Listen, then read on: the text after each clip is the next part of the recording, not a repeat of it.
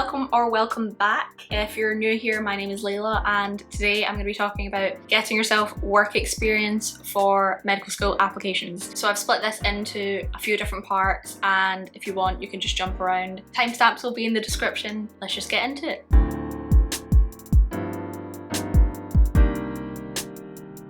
Okay, so first, what is it that's so hard about getting work experience for medical school? So I kind of had an idea I wanted to do medicine when I was in high school. It didn't work out for me because I flopped.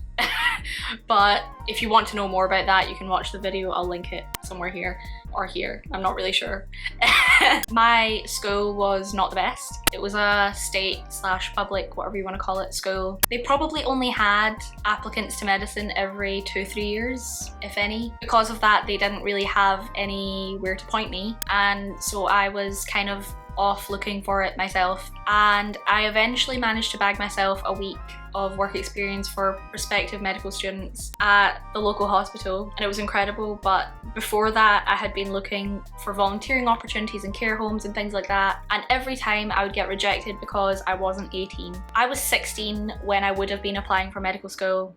In Scotland, things run a bit differently, so I graduated when I was 17 and I was 17 when I started university. It never would have been feasible for me to go down that road, and so I've experienced it. And then again, when I was in university and trying to apply again for the second time, looking for work experience was just a headache. This time for the opposite reason, that I was a mature applicant, and so there weren't really any easy options in terms of getting into a hospital to shadow a doctor. It became a game of who do you know rather than how willing are you to work hard and put in the grind, which I think is really wrong. You know, it's just part of the system that you kind of have to work your way around. So what does good quality medical experience look like? So if it's going to be in a medical environment, it needs to give you some indication of what the field is like. So some insight into a medical career. It's not enough to just say that you went and shadowed a doctor. You have to show what you learned from that, what you saw, and how that's prepared you for what's coming ahead. But there are a lot of different forms of that, and that's what I'm going to come to in the next part. So yeah, I'm going to break it down into clinical experience, volunteering, and work. Paid work. So how do you go about getting clinical experience? You really need to think outside the box and be persistent with it. If it means phoning up all of the GPs in your local area, if it means calling on family friends, asking your family if they know anyone that you could ask, and you need to get good at writing good emails.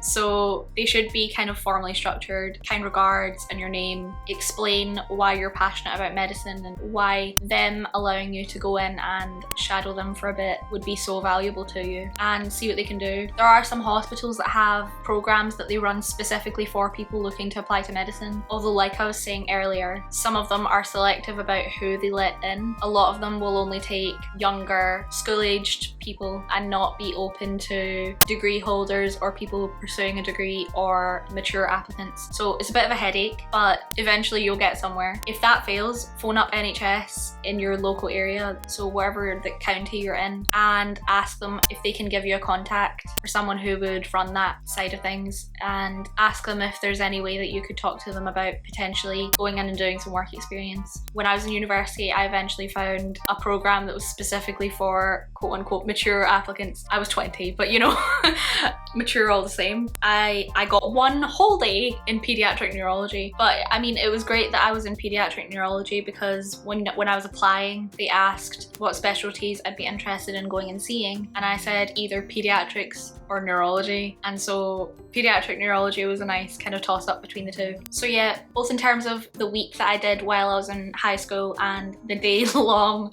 experience that I got while I was in university, they were only organised because I persistently phoned people. Every time you get a no, move on to the next one, and eventually hopefully you'll find something. It does take a toll, but you gotta do what you gotta do, and hopefully it'll work out. In terms of family friends, I have an aunt who's a surgeon, but things are a bit complicated with surgery in terms of people who aren't actually medical students yet because they've not had the necessary vaccinations and they've not signed all the GMC accredited documents and things like that that make it allowed. So that wasn't feasible. But one of my dad's friends is a psychiatrist and he's in private practice, and so I managed to get a few days shadowing him and sitting in on their multidisciplinary disciplinary meetings and things like that with the other healthcare professionals, which was really valuable. Yeah, it just takes persistence. Okay, in terms of volunteering, things are difficult before you're 18, and so if you're school aged, you should consider kind of fundraising opportunities, working with charities and things like that. There are a lot of charities in different areas that support people with additional needs and things like that you could get involved with. Some homeless shelters will take you, maybe a soup kitchen. And again, with volunteering, it depends largely on the amount of time that you've got to play with. So there are a lot of opportunities to kind of go further afield, maybe Africa, and volunteer if you've got kind of a summer or something before you apply for medical school, or even if you plan it for the summer before you start university, and just talk about it in your interviews and things like that. But definitely follow through if you're going to talk about it, because you never know what they're going to remember and ask you about later, and see if you actually went through with it or if you were just kind of like chatting rubbish to try and get in. But there are organisations like ICS, I believe that stands for International Citizen Service, and they send volunteers overseas to countries that are in poverty. So there are a few countries in Africa, a few in Southeast Asia, and I think a couple in Latin America as well, that you can go and volunteer in for a summer or any 3-month period that you've got. Particularly if you're in a gap year, you can go any time of the year, and it's like 80% government funded. So yeah, they've got lots of different projects you can get involved with, and even if it's not directly medical related, it shows compassion, empathy, a desire to give back and do good work for the greater good kind of thing. It's something that I had planned to do in my gap year before Corona kind of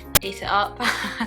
In any case, if that's not on the cards and you are 18, there are voluntary organisations within the hospitals mostly around the UK, and I volunteered with one called the Royal Voluntary Service, RVS. They've got kind of lots of different roles that you can play. So RVS is mostly catering to the elderly population, and the idea is that different people play different roles. So some people will, for example, take the elderly patients home from the hospital, some will run a lunch service, some will work in the tuck shop, and so on. And I think you apply specifically for the role that you want to do, or you put your preferences in order. I was an on-ward befriender in the Aberdeen Royal Infirmary, and it just meant that I would go every week. I was based on one ward, and I would just visit the patients and chat to them, maybe play a game of dominoes, hear their life stories. Yeah, it was really great, and it was in a medical environment as well, so I got to see the doctors and how they handled the patients and the other members of the healthcare team. So healthcare assistants, nurses,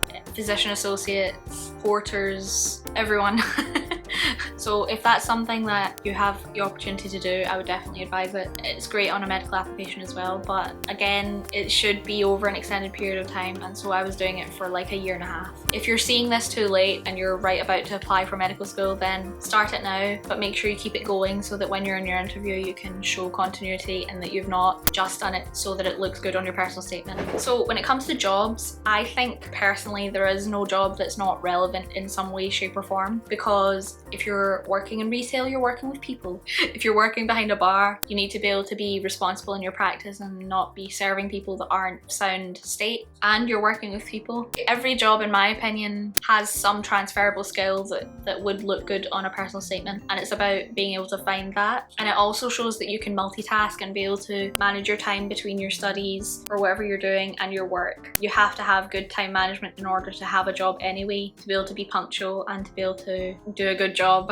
at whatever it is that you're doing. I'd say actually I worked throughout university, and so I had quite a few different jobs to kind of pick and choose from in terms of what I wanted to present on my personal statement. But one of the things that really showed me off well was working at a summer camp, believe it or not, in America, because I was teaching music, and so teaching is one of those things that just shines on an application. They love to see that you can work with different people, that you can adapt your teaching style, that you're able to convey any information that you know. If you're not someone that wants to work alongside your studies, it's something that you could consider going and doing in a summer, particularly if you're a graduate, because I think summer camps require you to be 18. I also worked as a support worker when I was in my 3rd year of university, and then a little bit into my 4th, and that was, I mean, kind of a healthcare setting, not with the NHS and not really private because it wasn't medical people, but it's a caring role and they love that. There are some particularly relevant jobs if you're looking for something something that's going to pay and something that's going to be obviously relevant to a medical career. And I've listed a few. So right, support worker, what I was doing, working with